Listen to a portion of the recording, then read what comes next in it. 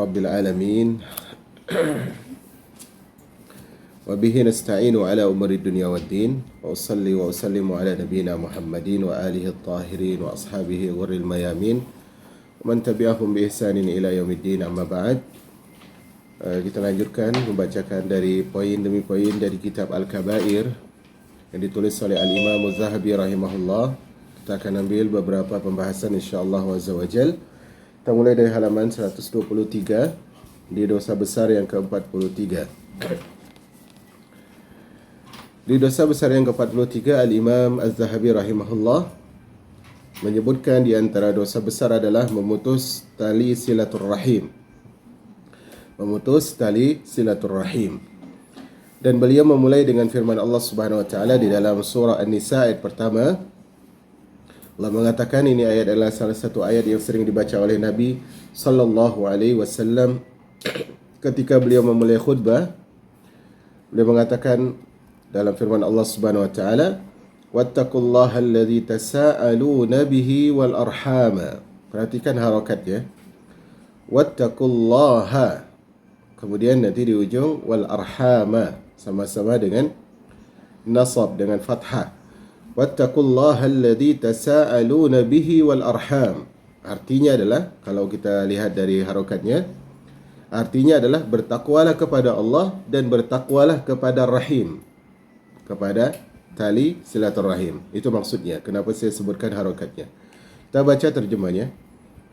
Dan bertakwalah kalian kepada Allah dengan namanya yang kalian saling meminta dengan nama tersebut, dan bertakwalah kalian kepada al-arham. Al-arham jamak dari rahim.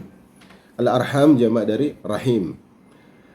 Maksudnya di sini kata beliau dalam kurung, takutlah bahwa kamu memutuskan hubungan silaturahim.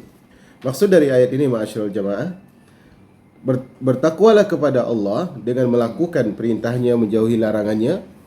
Bertakwalah kepada rahim, maksudnya adalah jangan sampai kalian memutus hubungan silaturahim. Karena akibat dari memutus hubungan silaturahim akan menjadikan hubungan seorang hamba dengan Rabb-nya yang menyifati dirinya dengan nama Ar-Rahman Ar-Rahim. Ketika seorang hamba memutus hubungan rahimnya, hubungan silaturahimnya, maka Allah Subhanahu wa taala akan memutuskan sebagian maslahat untuk dirinya. Makanya seorang harus bertakwa kepada Allah dan dia harus bertakwa kepada al-arham. Allah Subhanahu wa taala berfirman, "Fahal asaitum in tawallaitum an tufsidu fil ardi wa tuqatti'u arhamakum." Apakah kiranya jika kalian berkuasa, maka kalian akan membuat kerusakan di muka bumi dan memutuskan hubungan silaturahim. Dan ini realita kehidupan sebagian insan, bahwasanya ketika Allah Subhanahu wa taala mudahkan bagi dia sebuah jabatan, Allah mudahkan bagi dia sebuah kedudukan, Allah Subhanahu wa taala jadikan dia sebagai orang yang diberikan kelebihan di antara sebagian kerabatnya, maka dia membuat kerusakan di muka bumi dan memutuskan silaturahim. Maka Allah katakan, apakah sekiranya jika kalian punya kekuasaan, kalian akan memutus hubungan silaturahim. Maka Allah katakan sebagai balasannya, ulaikal ladzina la'anahumullah. Mereka ini yang memutus tali silaturahim dan membuat kerusakan. Balasannya apa? Dalam surah Muhammad ayat 23, la'anahumullah. Mereka dilaknat oleh Allah Subhanahu wa taala. Dan kita tahu, ma'asyiral jamaah, definisi dari laknat, seorang dijauhkan dari rahmat Allah. Dan Allah punya sifat Ar-Rahmah, dan Allah Subhanahu wa taala memiliki nama Ar-Rahman Ar-Rahim. Dan masalah yang kita bahas adalah Rahim. Perhatikan, Allah punya nama Rahim, dipanjangkan haknya. Dan yang kita bahas ini adalah Rahim, tanpa dipanjangkan. Rahim, tanpa ada ya-nya. Tapi penyusun katanya sama. Rahima yarhamu. Ra, ha, dan mim. Ra, ha, dan mim. Nah, di sini jamaah yang dirahmati oleh Allah, sangat pantas seorang yang memutuskan tali silaturahim, yang mana hubungan tali silaturahim itu adalah sebuah wujud pembuktian kasih sayang seorang kepada kerabatnya. Maka ketika dia putus kasih sayang dengan makhluk, maka Allah putus kasih sayang dia kepada makhluk itu. Di pembahasan kitab yang lain kita bahaskan, yaitu kata Nabi SAW, irhamu man fil ard, yarhamukum man fis sama. Sayangi insan yang ada di bumi, maka Rabb yang berada di langit akan menyayangi kalian. Subhanallah jamaah. Dan kita ketahui bahawa Nabi SAW bersabda, lan yadkhulanna ahadukumul jannah bi'amali, seorang di antara kalian tidak akan masuk surga dengan amalannya. Karena Rasulullah SAW menyebutkan dalam riwayat yang lain bahwasanya Allah berfirman dalam hadis kursi, Rasulullah menceritakan tentang seorang hamba yang hari-harinya ibadah kepada Allah, fokusnya ibadah, tidak terkecoh oleh hal-hal dunia. Maka Rasulullah menyebutkan nanti di hari kiamat Allah Subhanahu wa taala panggil malaikatnya, masukkan hambaku ini ke dalam syurga dengan rahmatku. Maka hamba ini mengatakan, wahai Allah, masukkan aku ke syurgamu dengan amalanku. Allah tadi suruh malaikat dengan apa? Dengan rahmatku. Maka hamba ini, ya Allah, aku dulu menghabiskan hidup di dunia dengan ibadah, maka masukkan aku ke syurga dengan amalanku. Makanya Allah Subhanahu wa taala setelah itu timbang nikmatnya, kasih sayangnya kepada seorang hamba, ternyata seluruh ibadah yang dia lakukan sepanjang hidupnya belum bisa membayar nikmat mata yang diberikan oleh Allah Jalla fi'ala. Makanya umat al-Islam yang dirahmati oleh Allah Subhanahu wa taala, kata para ulama di sana di dalam Al-Qur'an ada arjal ayah, ayat yang paling diharapkan oleh orang-orang saleh. Yang ayat ini adalah dimuat oleh Allah Subhanahu wa taala di dalam surah Az-Zumar ayat 53. Surat Az-Zumar ayat 53. Arjal ayat yang paling diharapkan oleh orang-orang saleh. Dalam artian adalah ini betul-betul ayat yang luar biasa sehingga orang saleh saja berharap. Harusnya apalagi orang yang berdosa berharap. Allah mengatakan apa? Qul ya ibadiyalladzina asrafu ala anfusihim la taqnatu min rahmatillah. Katakanlah wahai Rasul kepada hamba-hambaku. Allah masih sebut mereka dengan hamba, luar biasa. Padahal sifat setelahnya apa? Alladzina asrafu, yang mereka itu melampaui batas. Subhanallah. Dan Allah sebut melampaui batas mereka itu bukan menzalimi Allah, sebenarnya dosa itu. Ala anfusihim, menzalimi diri sendiri. Apa kata Allah? La taqnatu min rahmatillah. Jangan putus asa dari rahmat Allah Subhanahu wa taala. Makanya kalau kita lihat sejarah hidup orang saleh, hidup mereka tersebut dipenuhi dengan tawassul dengan sifat rahmatnya Allah Subhanahu wa taala. Di antara mereka ada yang berdoa kepada Allah dengan menyebutkan ayat demi ayat. Nah, nanti kalau ada pembahasan khusus saya akan sebutkan insyaallah. Ini karena bukan pembahasan inti, kita akan tidak sebutkan tidak isyaratkan kepada ayatnya, kita sebutkan saja. Jadi mereka orang-orang soleh sangat mengerti bahwasanya tidak bisa kita masuk surga dengan amal kita. Amal kita itu cuma mencari simpati agar Allah merahmat kita. Kalau Allah sudah peduli, sudah rahmati kita, kita berharap Allah dengan rahmat tersebut masukkan ke dalam syurga. Orang soleh dulu ada doa mereka. Dia mengatakan, ya Allah, Allahumma innaka qult. Ya Allah, engkau berfirman dalam ayatmu. Perhatikan ya, poin kita ini adalah berharap rahmat Allah. Allahumma innaka qult. Faman taba min ba'di zulmihi wa aslah, fa inna Allaha ghafurur rahim. Engkau mengatakan, ya Allah, siapa yang taubat setelah dia berbuat zalim dan dia memperbaiki dirinya, maka sesungguhnya Allah pengampun dan penyayang. Apa kata hamba soleh ini? Farhamni. Maka dengan ayat ini, ya Allah, aku udah taubat, maka rahmati aku. Poinnya nyambung sejauh ini? Nyambung gak sejauh ini? Tayyib, saya ulangi. Ayatnya berbunyi gini. Atau mau saya carikan nomor ayatnya? Boleh. Hah? Agak lama tapi ya. Nah. Allah sebutkan di dalam surah Al-Maidah ayat 39. Jadi dia orang saleh ini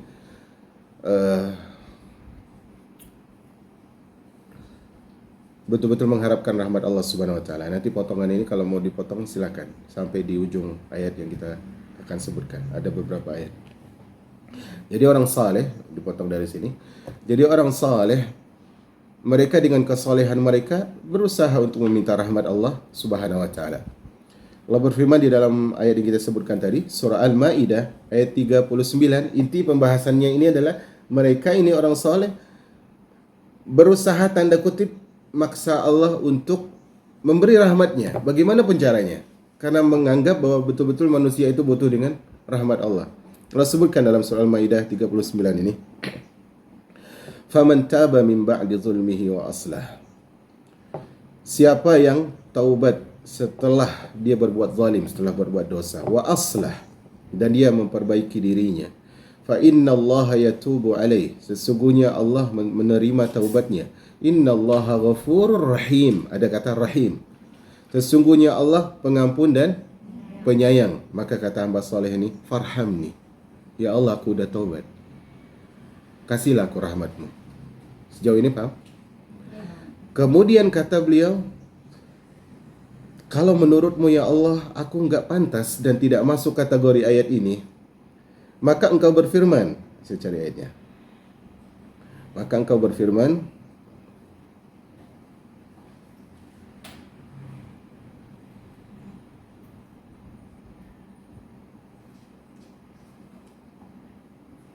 di dalam surah Al-Ahzab ayat 43. Surah Al-Ahzab ayat 43. Tadi dia sebutkan dengan ayat itu, ya Allah kalau menurutmu aku masih tidak layak diberikan rahmat dengan ayat yang tadi itu, maka sesungguhnya engkau mengatakan wa kana bil mu'minina rahima, dan adalah Allah sangat penyayang kepada orang mukmin. Ya Allah aku mukmin, aku beriman ya Allah, rahmati aku. Kamu di sini? Tadi kalau menurutmu ya Allah aku orang yang belum masuk kategori orang yang bertaubat nih, belum orang yang baik, maka setidaknya aku mukmin. Dalam ayat yang kedua ini kau katakan kau penyayang kepada seorang mukmin, maka berilah kasih sayangku. Baik. Kalau menurutmu ya Allah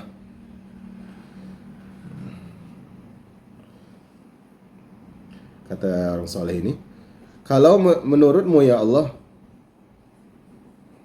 aku tidak layak minta rahmat dengan ayat tadi, yaitu apa? Allah penyayang dengan siapa? Orang mukmin.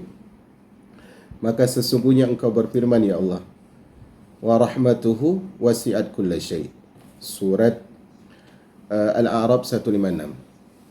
Al-A'raf 156. Wa rahmatuhu wasi'at kulla syai'. Wa rahmatuhu wasi'at kulla syai'. Dan rahmat Allah Subhanahu wa taala itu meliputi segala sesuatu. Kalau tadi sebagai mukmin aku tidak pantas diberikan rahmat ya Allah, mungkin karena imanku kurang baik, maka bukankah dalam ayat ini engkau mengatakan bahwa rahmat meliputi segala sesuatu? Dan aku hambamu ini sebagai manusia bagian dari sesuatu itu.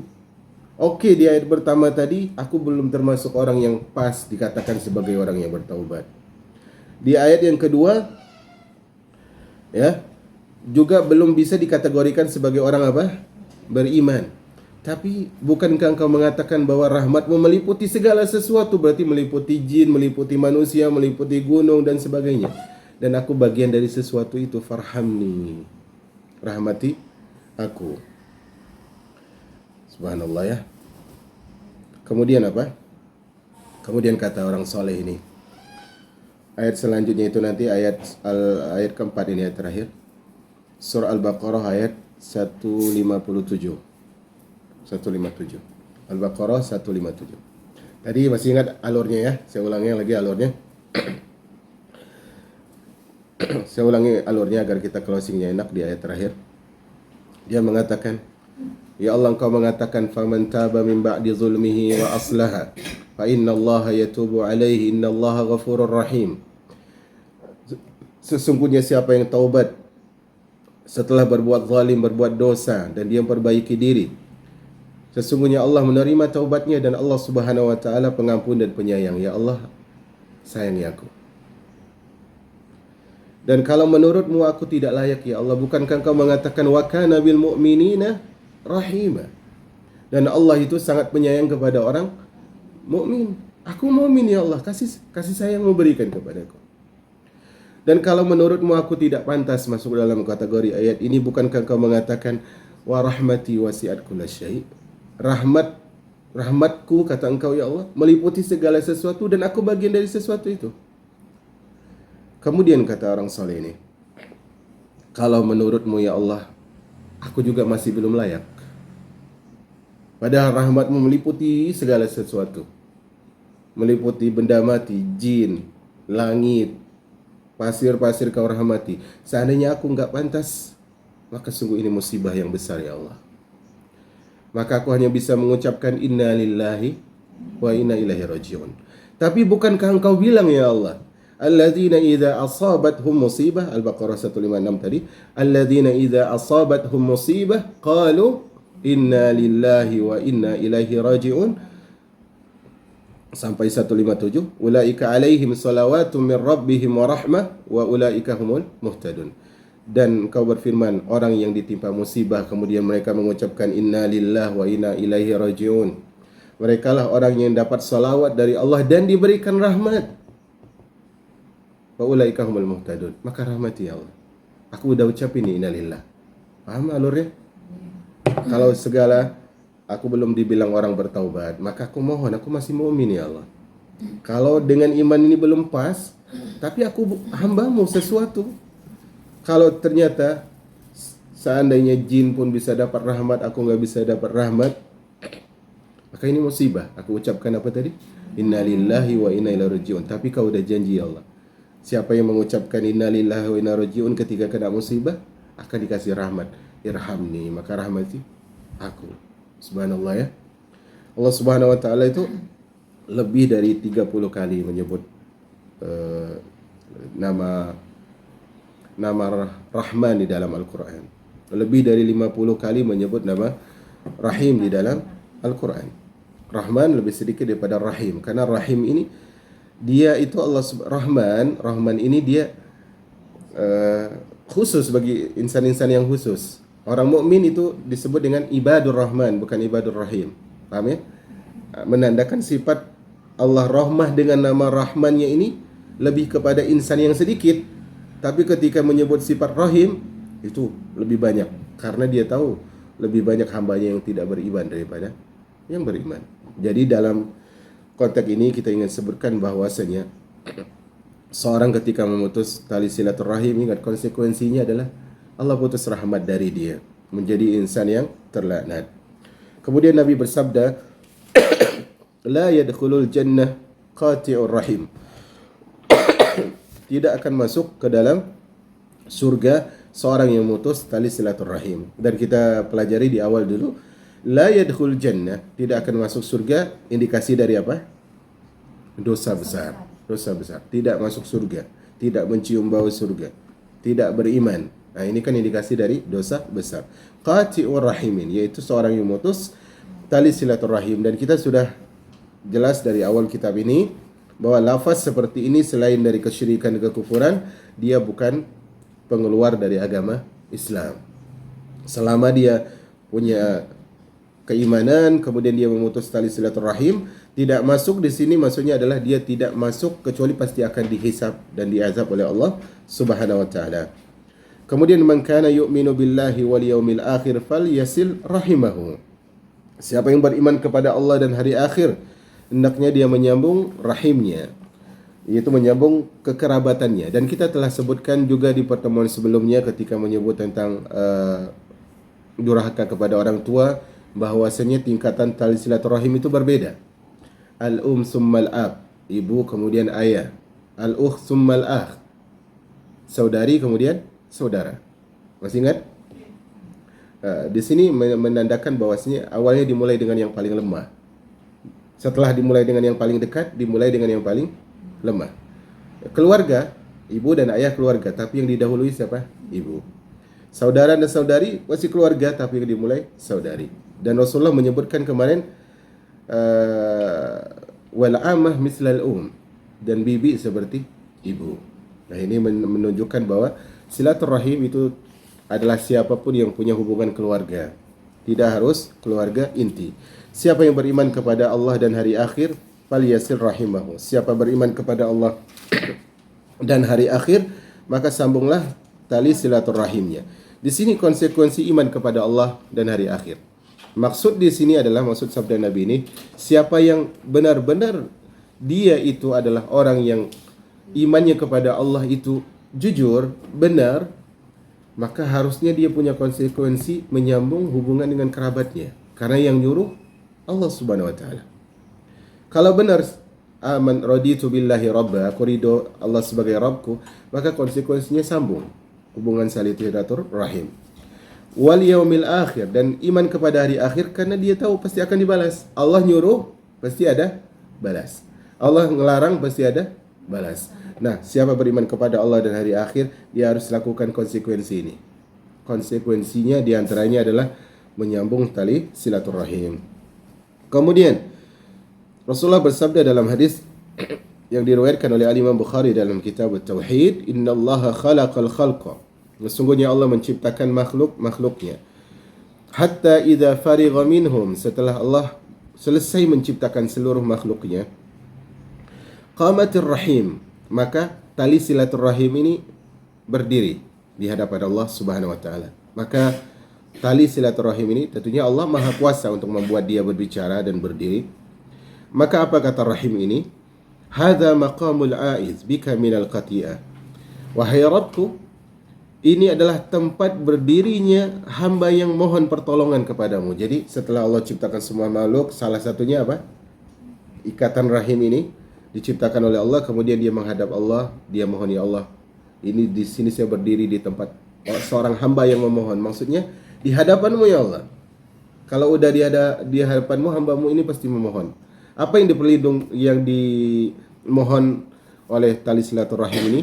Minal qatiyah, aku memohon kepadamu dari orang yang memutus silaturahim. Jadi dia minta pembelaan, maksudnya dari awal itu dijamin, saya ini punya hak apa ya Allah. Kalau nanti orang nyambung, apa balasannya bagi mereka? Kalau orang memutus, apa balasannya bagi mereka? Maka Allah tenangkan tali silaturahim dengan mengatakan, "Ama tardaina, tidakkah engkau ridho an asila man wasalaki?" Aku menyambung hubungan baik dengan orang yang menyambung dirimu. Artinya kalau ada orang menyambung silaturahim sebagai balasan untuk dia karena memuliakanmu wahai rahim, paham ya di sini ya?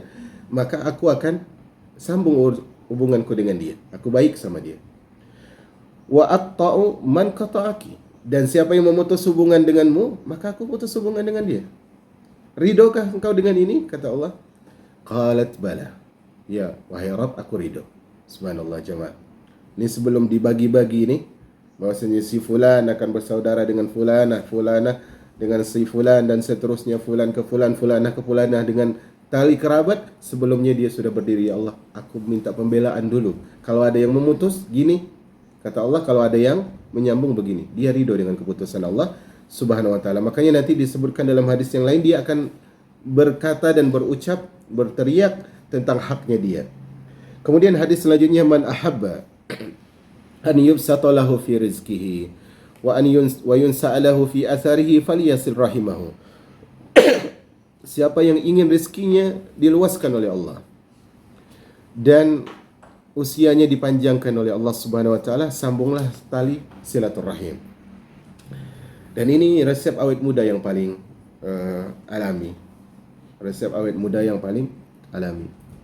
Bukan dari segi rupa ya, maksudnya dari segi usia. Maksudnya dia lebih panjang bertahan hidupnya, salah satunya dengan menyambung silaturahim. Kata Nabi SAW, diluaskan rezekinya, dipanjangkan usianya. Dan kita telah sebutkan dulu di pembahasan sebelumnya, bahwasanya ketika rahim atau dalam janin itu ada dalam rahim ibunya, kemudian diutuslah malaikat, diantaranya menyebutkan tentang rezeki dan ajalnya. Artinya sudah ada bilangan tertentu rezekinya, ajalnya pun di usia tertentu.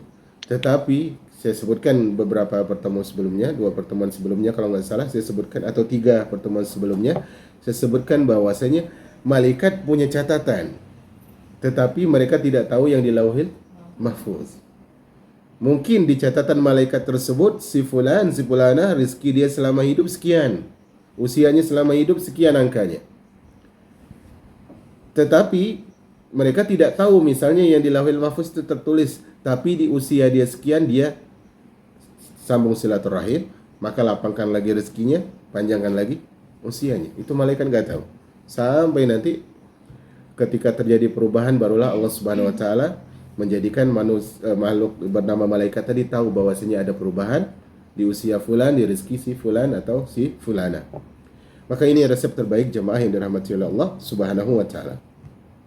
Kemudian Nabi bersabda, dan ini kalau kita lihat orang terdahulu pun sama ya.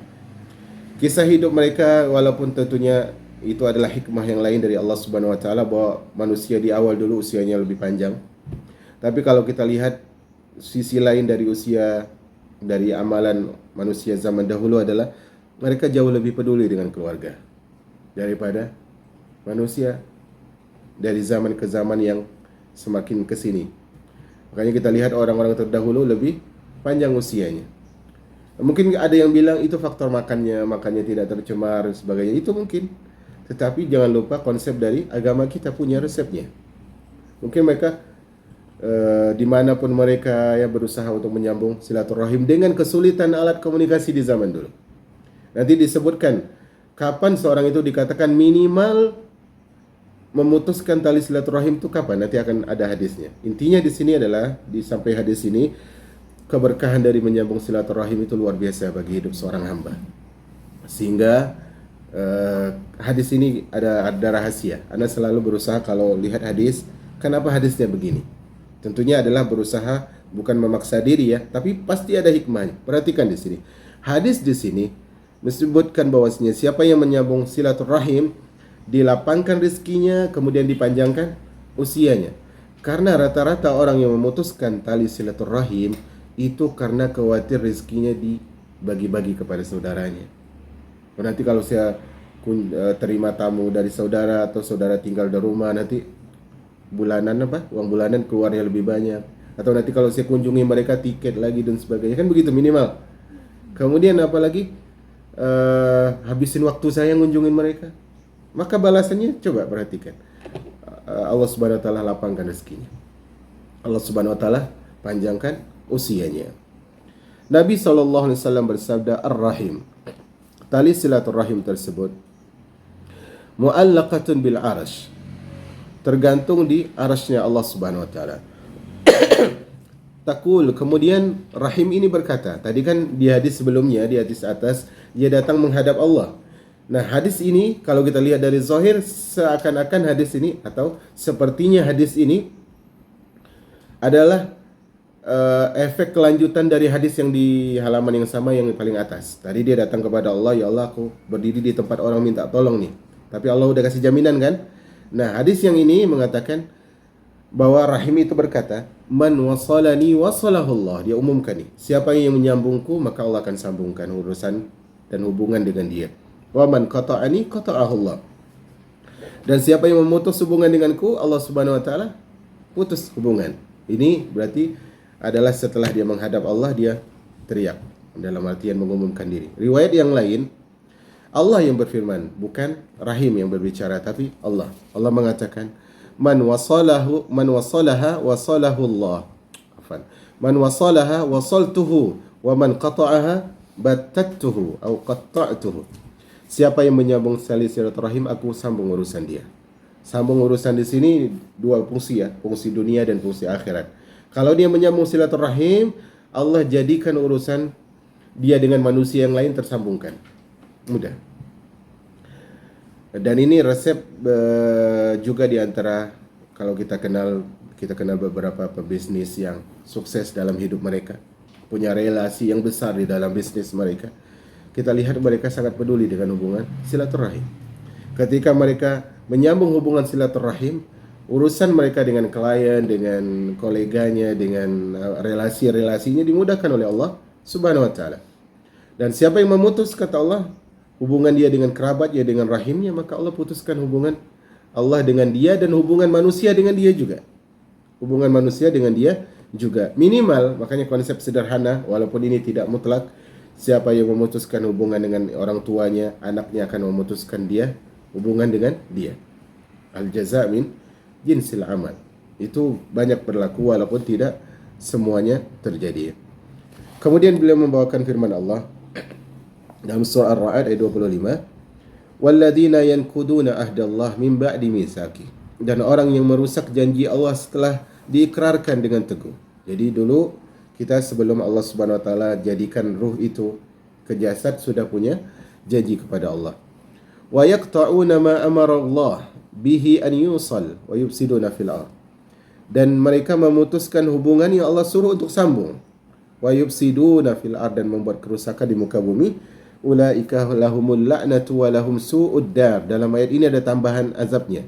Tadi dilaknat sudah di ayat di halaman pertama. Kemudian walahum su'ud dar, bagi mereka tempat kediaman yang buruk. Karena sekali lagi hubungan silaturahim ini jamaah, kalau kita lihat sebaik-baiknya orang kepada kita, tetap kerabat kita jauh lebih baik bagaimanapun itu. Sedapat apapun feel teman kita, rekan-rekan kita dengan kita, tetap berbeda feel-nya dengan kerabat kita yang punya rahim.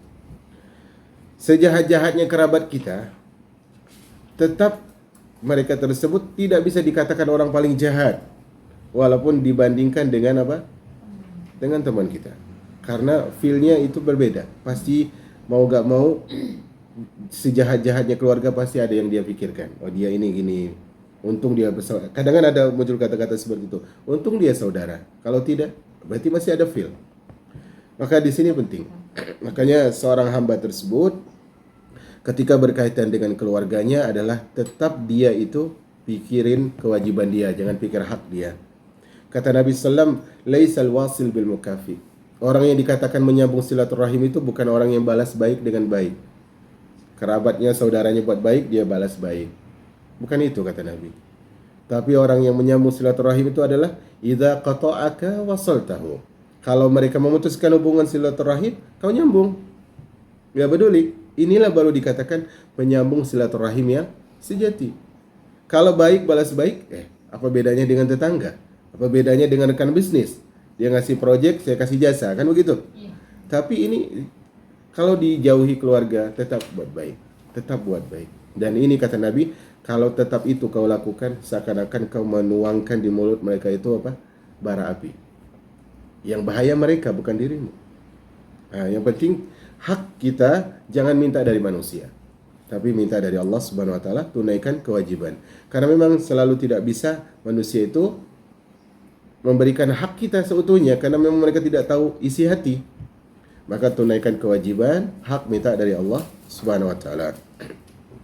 Allah berfirman, "Anar Rahman wa hiyar Rahim." Aku adalah Rahman dan itu adalah Rahim. Tali silaturahim. Man wasalaha wasaltuhu wa man qata'aha qata'tuhu. Siapa menyambungnya, aku sambung hubunganku dengannya. Siapa yang memutusnya, maka aku putus hubunganku dengannya. Itu sudah semisal dengan hadis sebelumnya. Kemudian ini penutupnya, kata Nabi sallallahu alaihi wasallam, "Silu arhamakum walau bisalam." Sambunglah rahim kalian walaupun hanya dengan mengucapkan salam. Sebagian riwayat mengatakan basahkanlah rahim kalian hanya walau dengan mengucapkan salam. Minimal assalamualaikum. Apa kabar? Udah, itu minimal seperti itu. Jangan sampai kita dikatakan sebagai pemutus hubungan silaturahim. La salam wala kalam, enggak ada salamnya, enggak ada kalamnya. Nah, ini penting jemaah. Enggak harus kita datang, sederhana sebenarnya. Banyak Allah Subhanahu wa taala mudahkan sarana bagi kita, dan hubungan silaturahim ini ya adalah salah satu ikatan yang dia itu di bawah ikatan iman, di bawah ikatan iman. Kalau tidak ada namanya ukhuwah imaniyah, maka berarti tingkatan pertamanya apa? Hubungan rahim. Tapi kan dalam Islam mana yang lebih kuat? Ikatan rahim apa ikatan persaudaraan iman? Persaudaraan iman. Kalau enggak ada ini, maka yang kuat adalah hubungan silaturahim. Maka ini harus kita perhatikan, terlebih kalau ternyata tetangga kita adalah yang punya kerabat. Nanti akan ada disebutkan dalam hadis Nabi sallallahu alaihi wasallam tentang hak jiran yang kita ma'ruf. Selanjutnya